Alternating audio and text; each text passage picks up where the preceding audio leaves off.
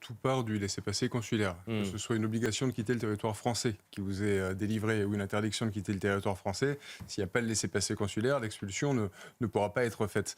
Donc on voit les limites de notre approche en la matière, plus largement sur l'immigration non maîtrisée. Et c'est pour ça que les Français demandent cette fermeté avec une possibilité d'emprisonner, donc les OQTF dangereux.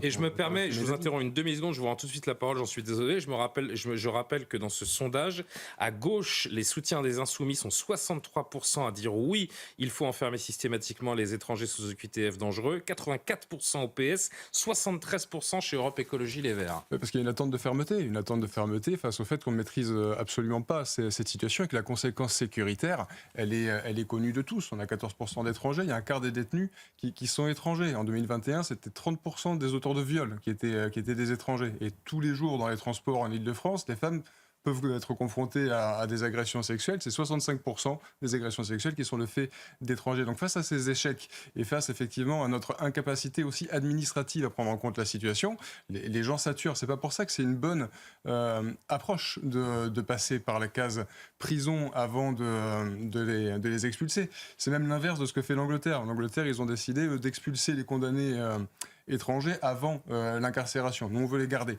C'est pas forcément idiot parce qu'on est sûr de la sanction.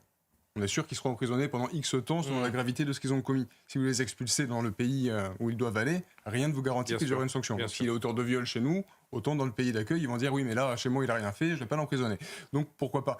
Mais ça ne règle pas le problème de fond, et c'est pour ça qu'il faudrait une approche européenne d'un problème européen, c'est-à-dire que les problématiques d'immigration irrégulière, les problématiques d'expulsion qui ne fonctionnent pas, tous les pays européens sont confrontés aux mêmes et on se contente de se les renvoyer d'un pays européen à un autre. On le fait avec l'accord franco-britannique, on le fait également de notre côté. Il faut impérativement avoir une force également de diplomatie pour pouvoir travailler avec les pays qui ne délivrent pas les laissez-passer consulaires. Et on a plus de force avec plusieurs pays européens